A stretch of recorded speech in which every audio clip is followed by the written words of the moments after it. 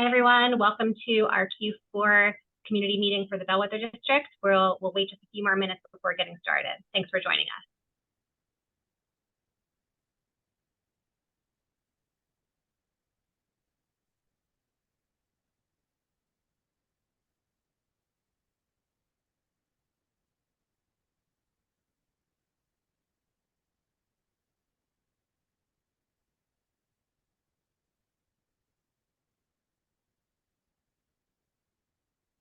Hello, if you've just joined us, welcome to our Q4 meeting for the Bellwether District. We're waiting a few more minutes for others to join and we'll get started shortly.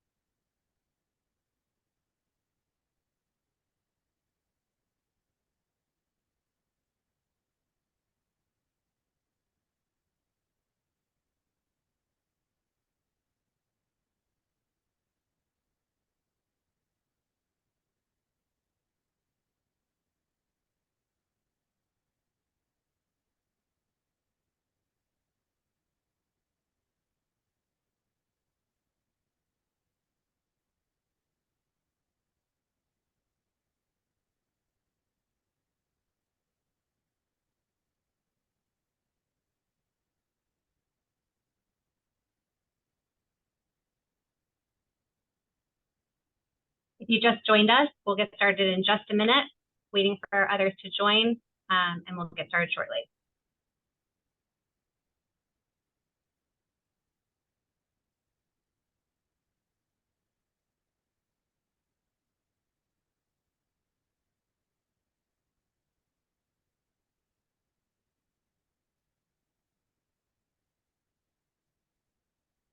Okay, hello and good evening, everyone. My name is Mia Fioravanti. I'm on the corporate affairs team for the Bellwether District. Welcome to our final 2023 community meeting. As a reminder, we hold these meetings quarterly and invite you to join us in the future to hear regular updates on the project. As always, I want to start by sharing how we'll conduct Q&A tonight. We encourage you to enter any questions you may have in the Q&A function in the chat throughout the meeting. But we'll be taking all questions following tonight's presentations. So again, if you have a question, feel free to enter it into the Q&A function in the chat. When we get to Q&A, if you would like to ask your question live, please raise your virtual hand and my colleague Corey will give you the ability to show your camera and unmute your line. Please limit live questions to one per person so we can give everyone equal time. We'll also be limiting each question and answer to approximately 2 minutes, so we can get through as many as possible. Again, we'll get through as many questions as we can until about 7:15 p.m. tonight. And as always, if we don't get to your question, we'll post both responses to both answered and unanswered questions to our website following the meeting. Next slide. Thanks. We have a packed agenda tonight. You'll hear from our development team on current site activity, as well as a deep dive on our flood study and stormwater management plans for the site. And then I'll wrap up with a few updates on our community engagement activities. Before I hand things over to the development team, I'm excited to share how the Bellwether District will benefit our city and region over the next 10 to 15 years. Over the course of our project, over $4 billion will be invested in the cleanup and redevelopment of the site.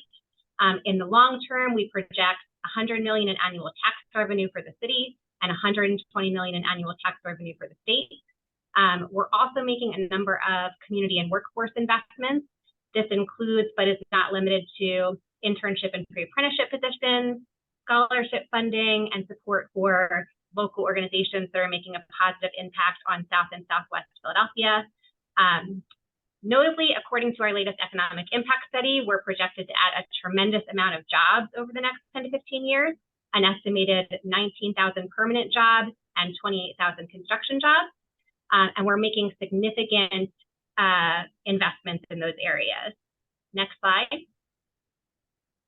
And we're also committed to reconnecting the site to the neighboring community, investing in LEED certified buildings and other green infrastructure, and of course, demolishing and cleaning up the former refinery site. With that, I'll pass things over to my colleague, Melissa Schrock. Thanks, Mia. It's good to see everyone here tonight, and thank you for joining us again.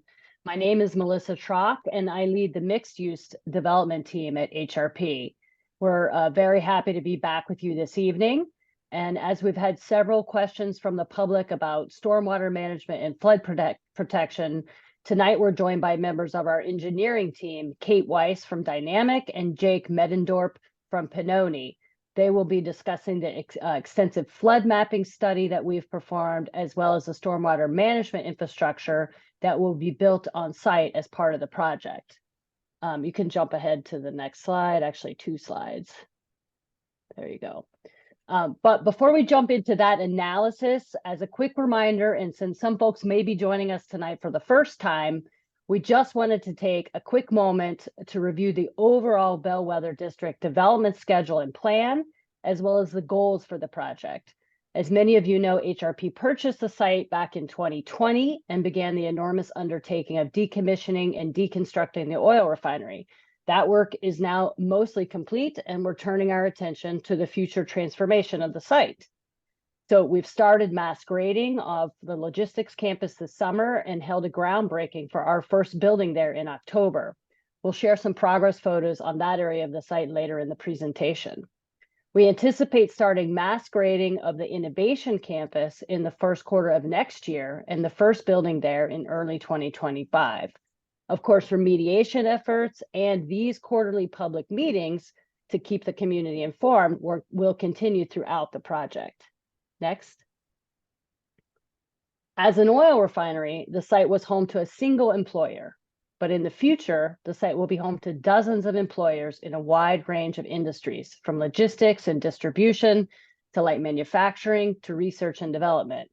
This will provide more diverse and resilient employment opportunities to Philadelphians across a broad spectrum of professions and contribute significantly to the economic development of the region. Next.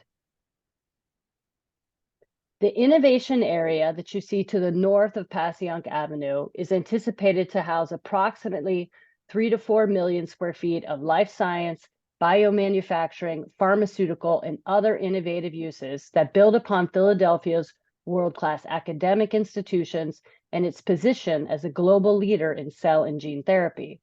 Over time, it's estimated that this area could be home to 8,500 jobs in these growth industries. The industrial and logistics area to the south of Passyunk could support over 10 million square feet of modern warehousing, distribution, and light manufacturing facilities, leveraging Philadelphia's prime location on the eastern seaboard and bringing over 10,000 new 21st century jobs to the city. Next. As we tackle the significant task of redeveloping this site, we have identified these 3 principles to guide our physical planning. Next. The first principle is to reintegrate the site. Having been an oil refinery for well over a century, the site was fenced off from the surrounding community and really functioned as a bit of an island in South Philly. In many ways, the city grew up around the site with few points of connection either through or to PES. The challenge now, as we redevelop the land, is how to reintegrate it into the city in a thoughtful way while contending with the Schuylkill River, which forms a natural barrier on one side, and I-76, which forms a man-made barrier on the other. At our last quarterly meeting in September, we did a deep dive into our traffic impact study and discussed some of the Phase 1 intersection improvements. So if you're interested in that topic, you can watch the video of that meeting at our website, www.thebellwetherdistrict.com. Look into the community tab where you will find all our prior meeting materials. Next. The second principle is to create green pathways as we build these new connections. Using the city's complete streets and other guidelines to inform our site designs, we have an opportunity to create new, welcoming, and green sidewalks and cycle paths within the district, but also to develop an on-site stormwater management approach, which you will hear about tonight. Next. And the last principle is to create a sustainable new district. As we design and construct new streets, buildings, and other site elements, we're incorporating a variety of strategies to reduce carbon emissions, increase resilience to climate change, and encourage the use of renewable energy. The fourth bullet point that you see on this slide on raising the site out of the floodplain is the main topic for tonight's meeting. It's important to understand that essentially what is happening is a rebalancing of the site elevations, raising low-lying areas with material from higher sitting areas. So the entire site isn't being raised so much as it is being rebalanced. Additionally, the project will deliver an extensive network of on-site stormwater management infrastructure that doesn't exist today. Kate?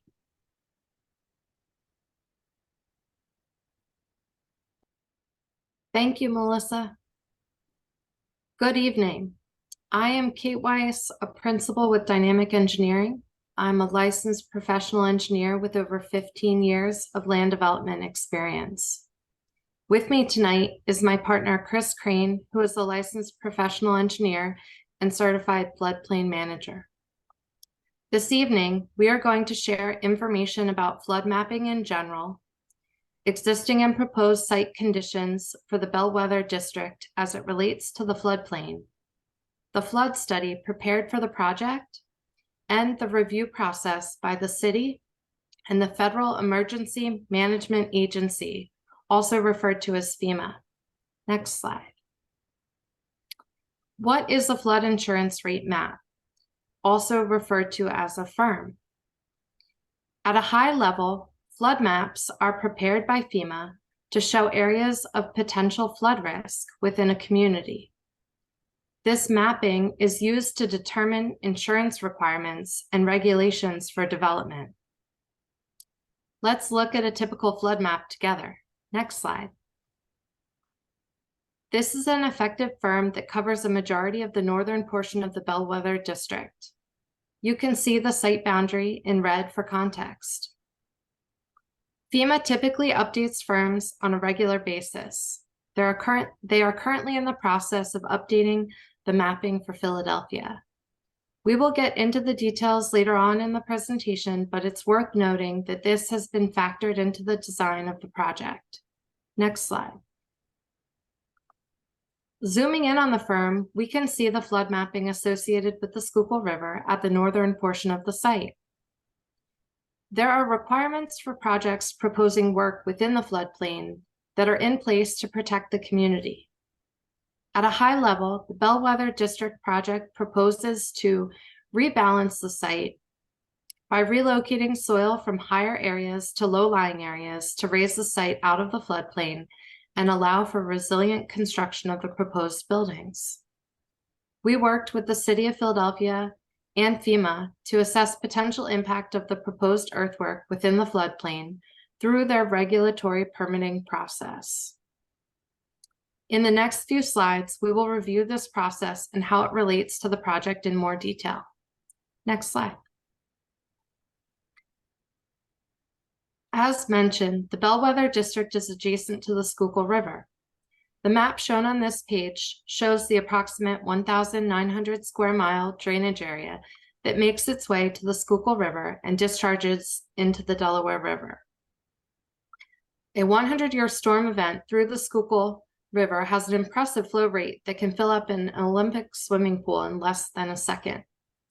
For a majority of the Schuylkill River, the stormwater runoff from a storm event controls the floodplain associated with the river. This is referred to as fluvial influence. However, from the Delaware River up to the northern portion of the Bellwether District, the floodplain elevations of the Schuylkill River are controlled by sea level based on a storm surge and high tide. This is referred to as tidal influence. Next slide.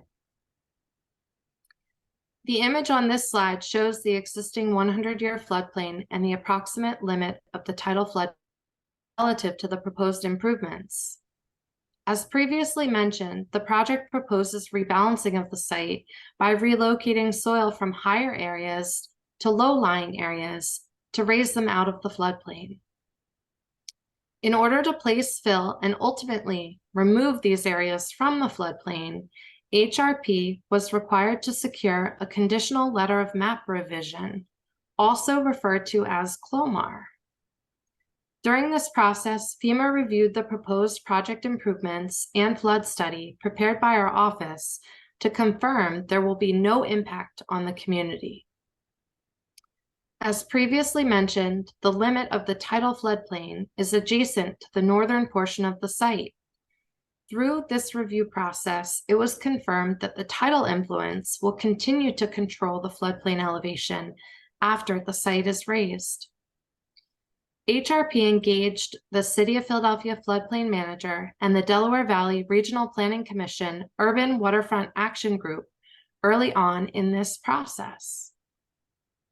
After a collaborative 2-year review process, FEMA issued a conditional letter recognizing the new floodplain elevations.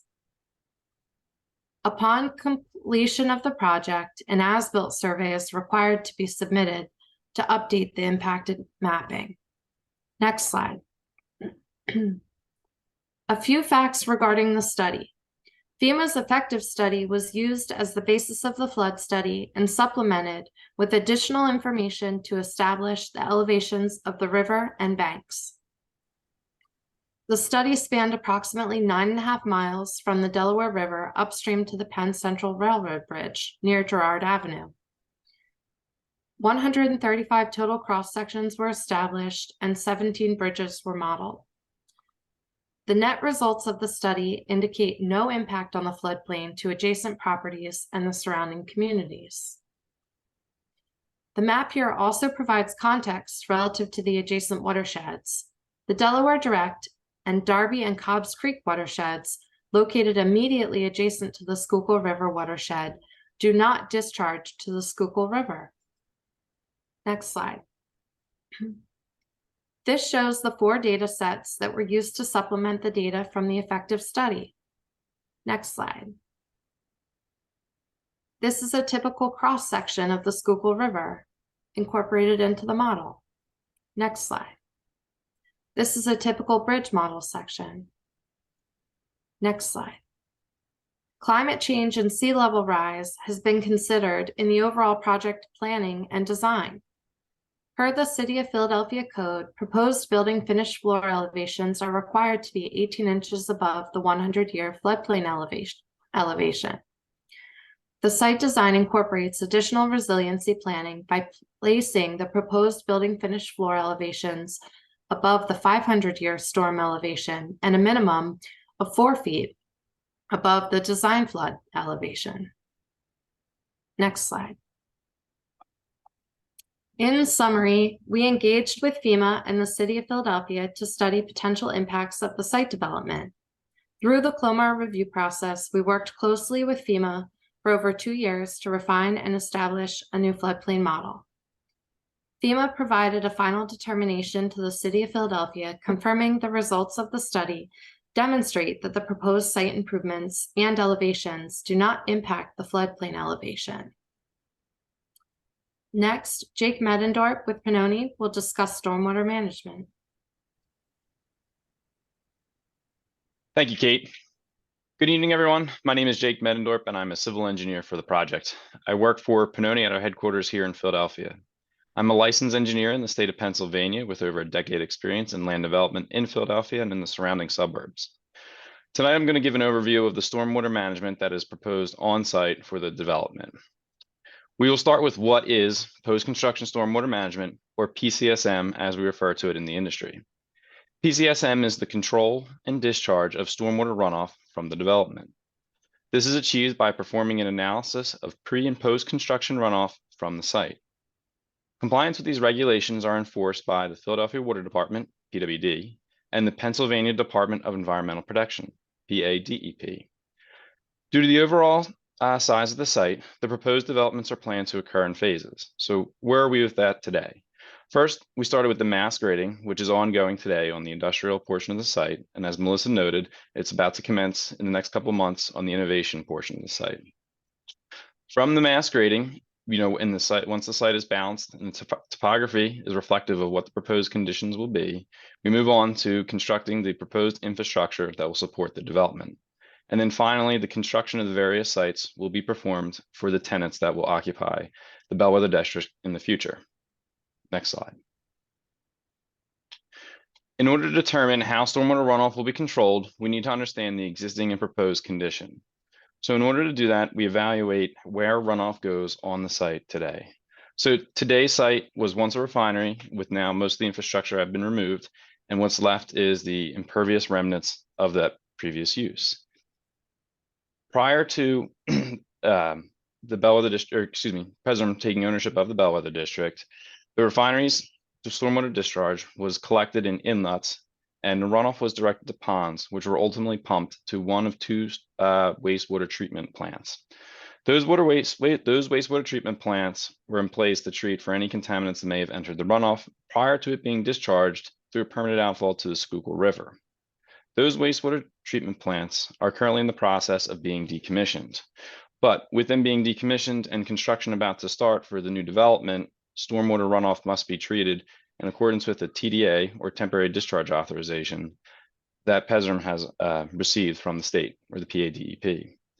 And with that, stormwater runoff will be treated through a temporary construction stormwater treatment system, and then ultimately discharged back to the Schuylkill River as it is in the existing condition.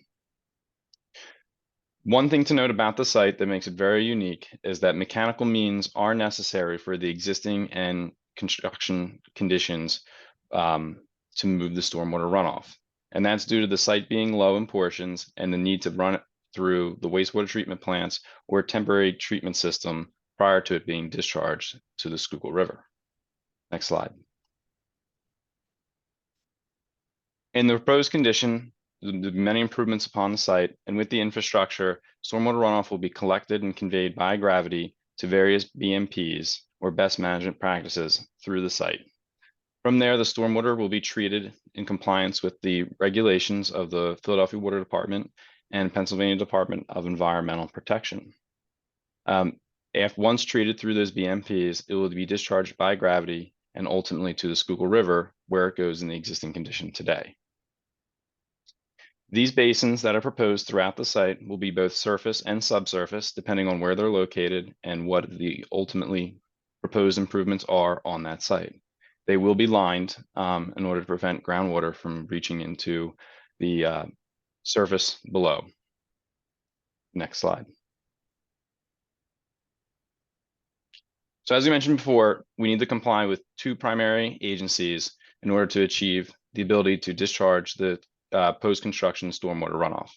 First is with the Water Department, and we start with what is known as an Existing Resources and Site Analysis Approval, or ERSA.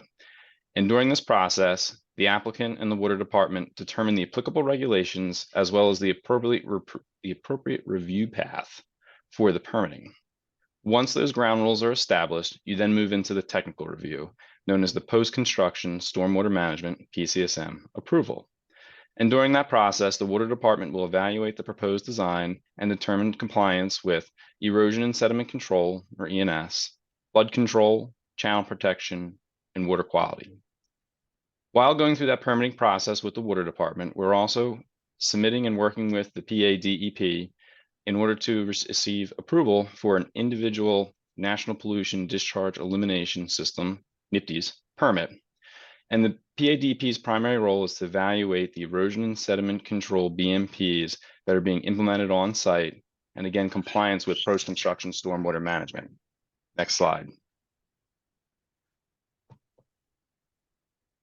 With that, we need to ensure that we comply with these regulations. And so the proposed development has been designed to meet or exceed the regulatory requirements to meet these approvals.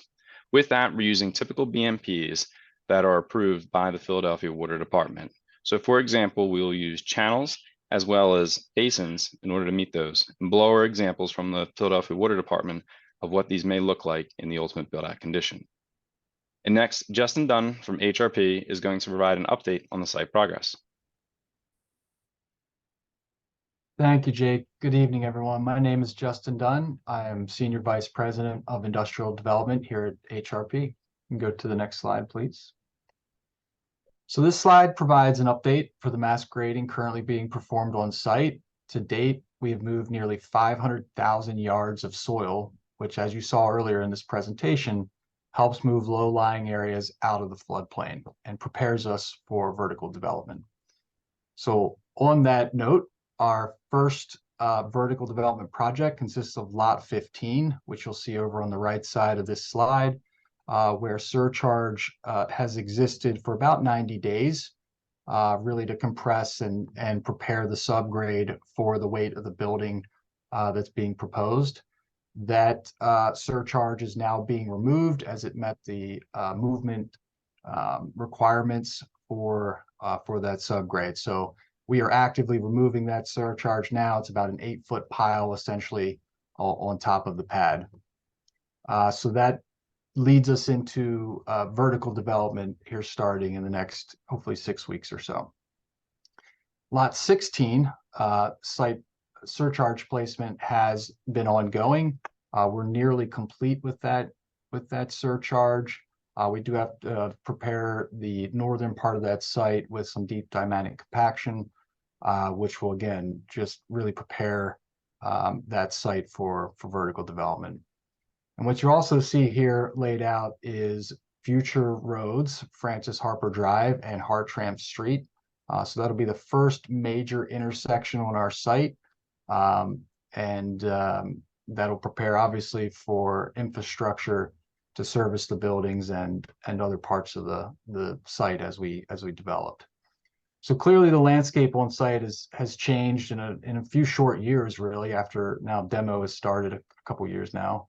And we're close to starting the first vertical project, which will be a 327,000 square foot speculative logistics building on Lot 15. So a lot of progress has been happening in a short amount of time here, and we're excited to continue to move forward and appreciate the community's support. Now I'll turn it over to Mia. Thank you. So wanted to provide a quick update on our community engagement efforts since our last meeting. We've had a very busy fall. On this slide, you'll see members of our Philly team with our 2023 interns. This past summer, we employed 31 Philadelphia students either at HRP or with one of our vendor partners. So we're really proud of that and looking to grow the program in future years. Thanks. In early October, we were very excited to host our first community resource fair at the Bellwether District. During the event, members of our team met with attendees to share information about the Bellwether District project and answer questions. We were also joined by a number of organizations, both community and workforce focused, who provided resources, and we offered guided tours of the site. So thanks to everyone who came out on October 5th. We look forward to hosting that event in the future and welcoming all of you back to see our future progress. We're also gearing up for our annual turkey and coat drive. As we've done in years past, we'll be supporting a number of events throughout South and Southwest Philly, but for the first time, we'll be holding our own HRP sponsored event in partnership with the Grays Ferry Salvation Army and Resident Action Committee 2, which both serve the Grays Ferry community.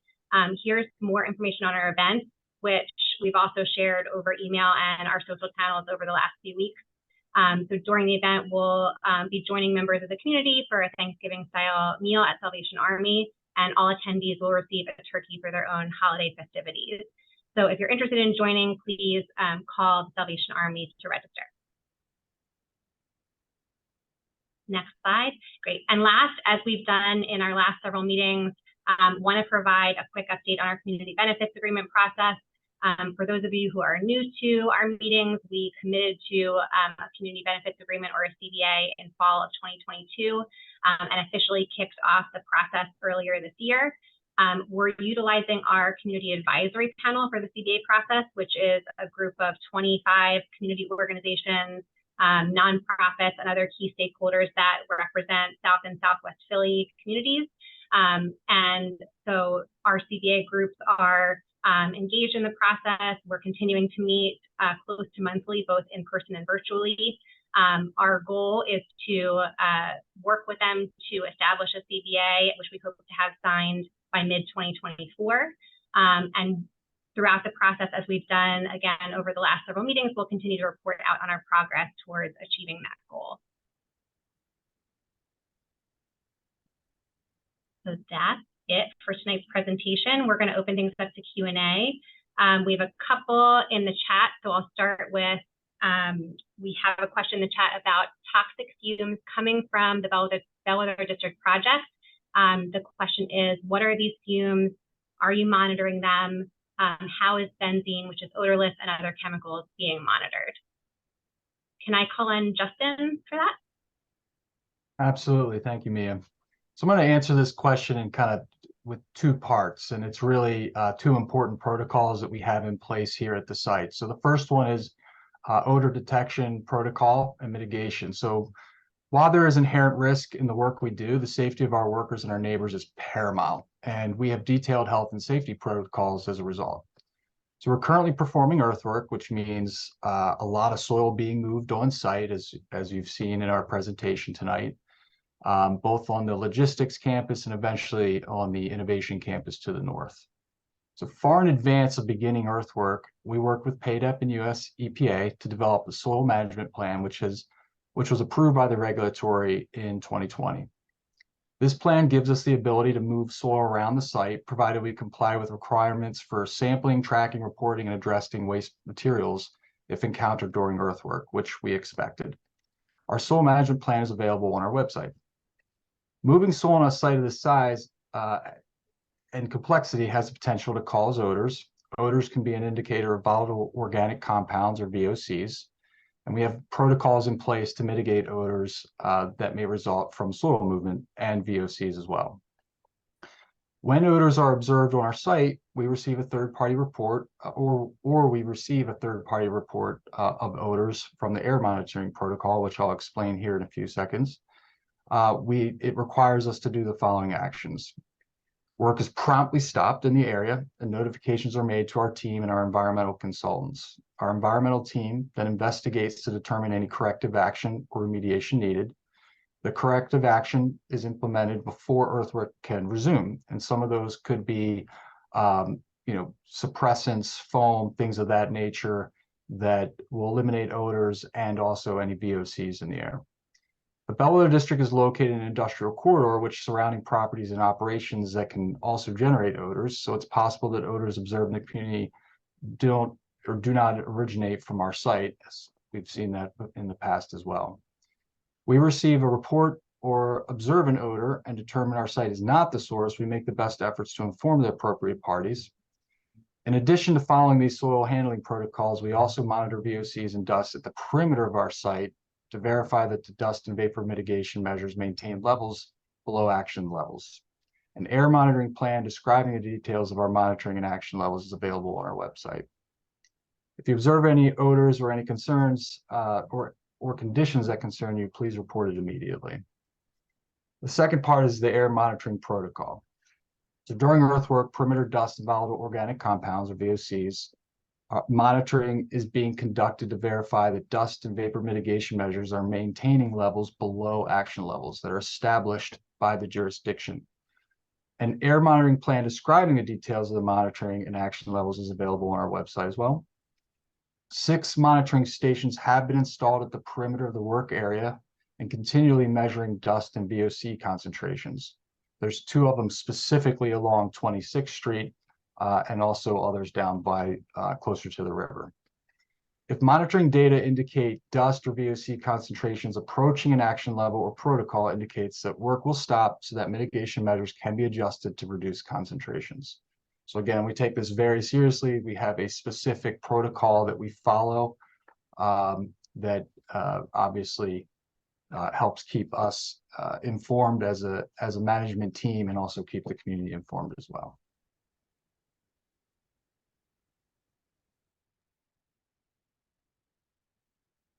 Thanks, Justin. Appreciate it. I'm going to go to a question about hydrogen power. Does any part of the development involve hydrogen power? Can I go to Amelia on that question?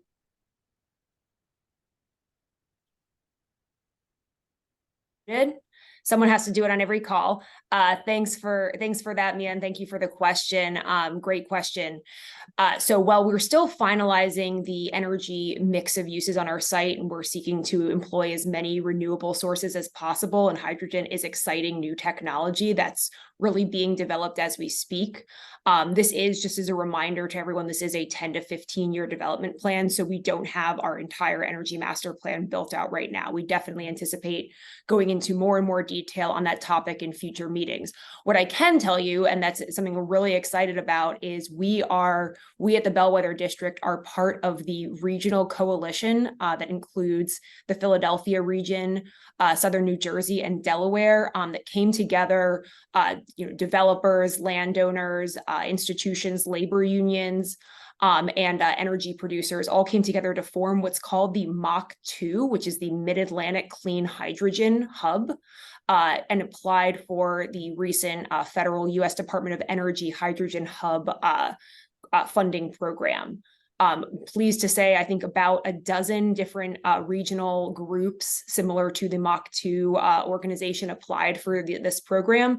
And MACH2, the hub that we're part of, that's really based here in Philadelphia, it was selected as one of 7 hubs that are moving forward in the U.S. Department of Energy's process. Again, similar to our development, that is a long process. There are public meetings happening right now for anyone who's interested in learning more about that program specifically. We are one of, I believe, several dozen different partners in that effort. And our portion, our partnership is envisioned as an end user of potential hydrogen that will be produced through the production partners of this hydrogen hub. I will note one differentiator for the MACH2 hydrogen hub that we're a part of is that it anticipates using green and pink hydrogen, which are renewable sources of hydrogen. And we believe, one of the reasons that the federal administration ultimately chose MACH2 for the award. So the process is just beginning. There'll be a several month to a year sort of negotiation with the Hydrogen Hub participants and the U.S. Department of Energy over the final terms of the funding agreement. And then there are several stages for evaluation as the hub moves forward to ensure that, this is that the production and then end use capabilities are there and are moving forward satisfactorily. So we'll continue to be at the table for those conversations. There's a number of steps that need to happen before the hydrogen created would be available to be used in our site, but we'll continue both to be part of this MACH2 group and evaluate the capacity that's going to be generated by that effort, and then also continue to look at clean hydrogen and other renewable sources to power our ultimate energy master plan at the site. Again, thanks for the question, and thank you, Mia.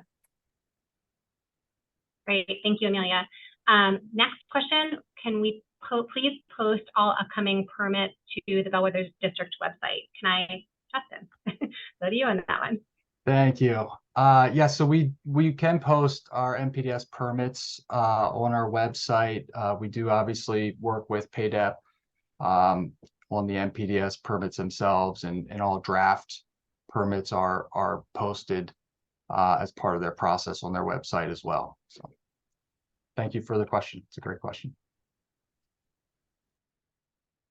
Thanks, Justin. Next question, is there a master planner for the portion of the project that incorporates the green pathways, pedestrian walkways, etc.? Melissa. Yeah, sure, Mia. So I'm not sure if the person meant a master planner or a master plan, but I'll answer it both ways. So yes, we do have a master planner for the site, which is a design firm called CBT that we have been working with for about 1.5 years now on planning overall site development, sort of where the roadways go, how building pads will lay out. As far as a plan that incorporates the green pathways and pedestrian walkways, we have developed some initial concept plans, and maybe you can just flip to the next slide. I think right after this we had an appendix slide. Yeah, there you go. This is a diagram of the site at a very small scale, right? Because it's showing the entire site and it's quite large. But you can see how we're trying to work towards some green connections through the site along the riverfront, acknowledging that there are existing green open spaces that surround the site in different locations, and that it would be great to create connections to those. We are also, and this is, you'll start to see this as we start to develop each building site, but as we build the roadways out, we're incorporating pedestrian and cycling infrastructure into the design of those roadways. So in layman's terms, that means cycle track and bike paths. On the industrial portion of the site, on the logistics campus, so south of Passyunk, that is envisioned to be a multi-use path on one side of the roadway, meaning a path that's shared by both walkers and cyclists. It's quite wide to minimize conflicts and enable both sets of people to enjoy it equally. And then on the other side, a sidewalk. So that is part of what's envisioned down there. And then on the innovation side of the campus, we are looking at having sidewalks and cycle paths on both sides of the new streets that will be developed up there. All of the details of these designs are being worked out with the city, specifically the streets department, but also planning and zoning. Melissa, I'm going to stay with you. You can hang tight. Next Sure. question, will the bike pedestrian trail in the Bellwether District connect with the existing Schuylkill River Trail?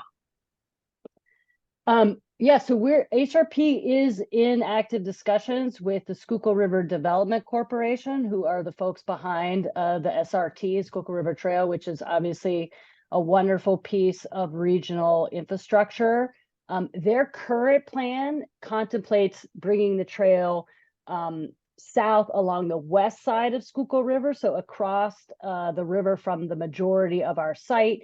But we do, and you can see it in this diagram here. I don't know if somebody can point to it. We do own this piece of land that's sort of in the middle of the image that is green with a black outline around it. And their current plans show it going through there and then connecting to the Passyunk Bridge. This area is subject to certain restrictions that will need to be modified in order to allow the trail to be developed. But we are working on that, and our long-term goal is to promote not only that connection, but to promote a connection from that leg of the Schuylkill River Trail into the site on the east side of the Schuylkill River. Thank you. And just one more, if you don't mind, are there future plans to build residential properties on site? Yeah, so not at the moment.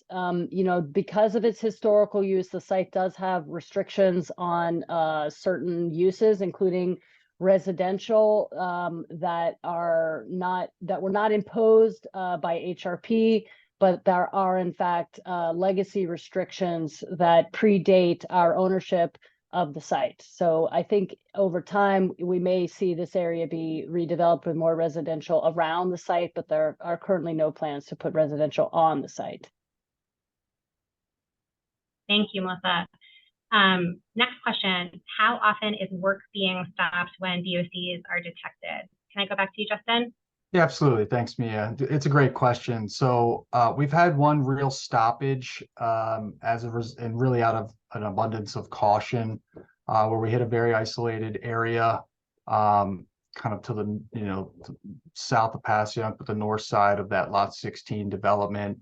It was like strong odors that we then covered back up, and we have stopped work in that area. We have not gone back to work in that area.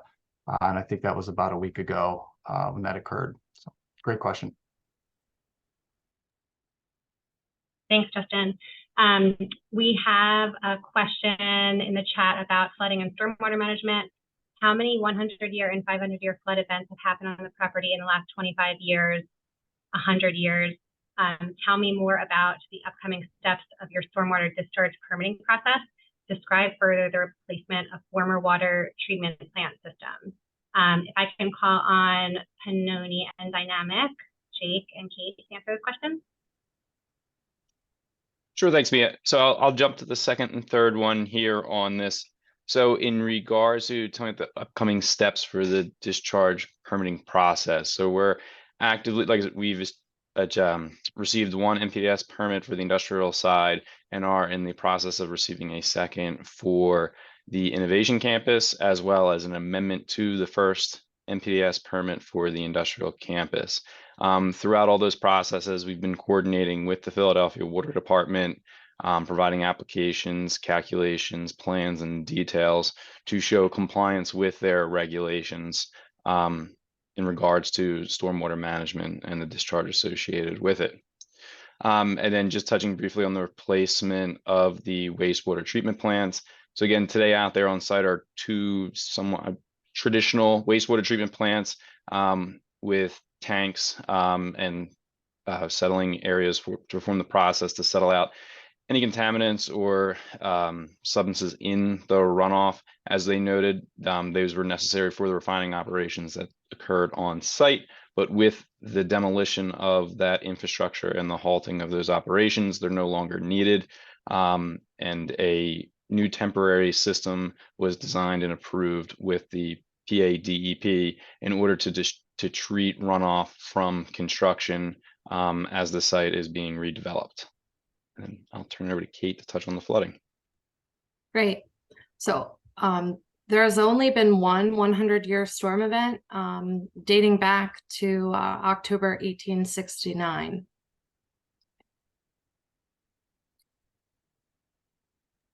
Okay, thanks, Kate, and thanks, Jake. Another question in the chat, who are the MEP consultants for the lots 15 and 16 vertical development? Justin? Thank you, Mia.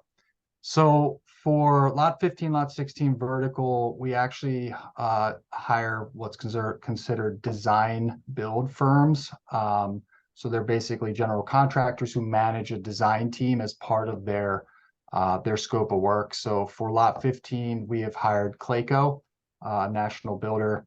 And for lot 16, we've hired Arco Design Build, who's also a national builder. They are local here, I think in King of Prussia. So they have a design team associated that includes MEP consultants for those buildings. I don't have the name of who they have on their team off the top of my head, but we can follow up.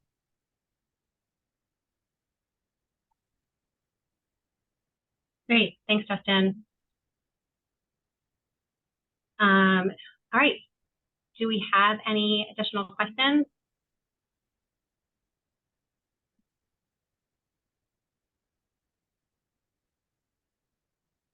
We'll hang on for just a few more minutes to give people a chance to ask additional questions.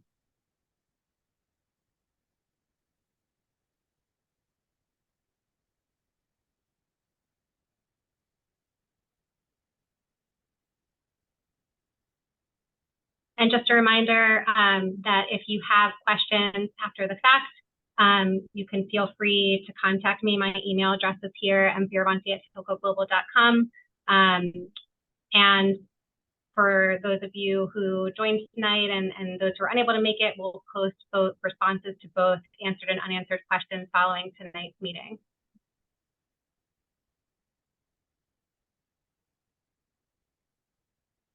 Okay. Thank you everyone for joining us tonight. Oh, thank you, Garth. Yes, that's a great reminder for everyone. We post all of our meeting materials for our public meetings to the bellwetherdistrict.com following each meeting. That includes a recording, a presentation deck, as well as Q&A, which I mentioned earlier. So yes, we will be posting the slides, including photos after the meeting. Thanks all, have a wonderful night, and we look forward to seeing you in March for our next meeting.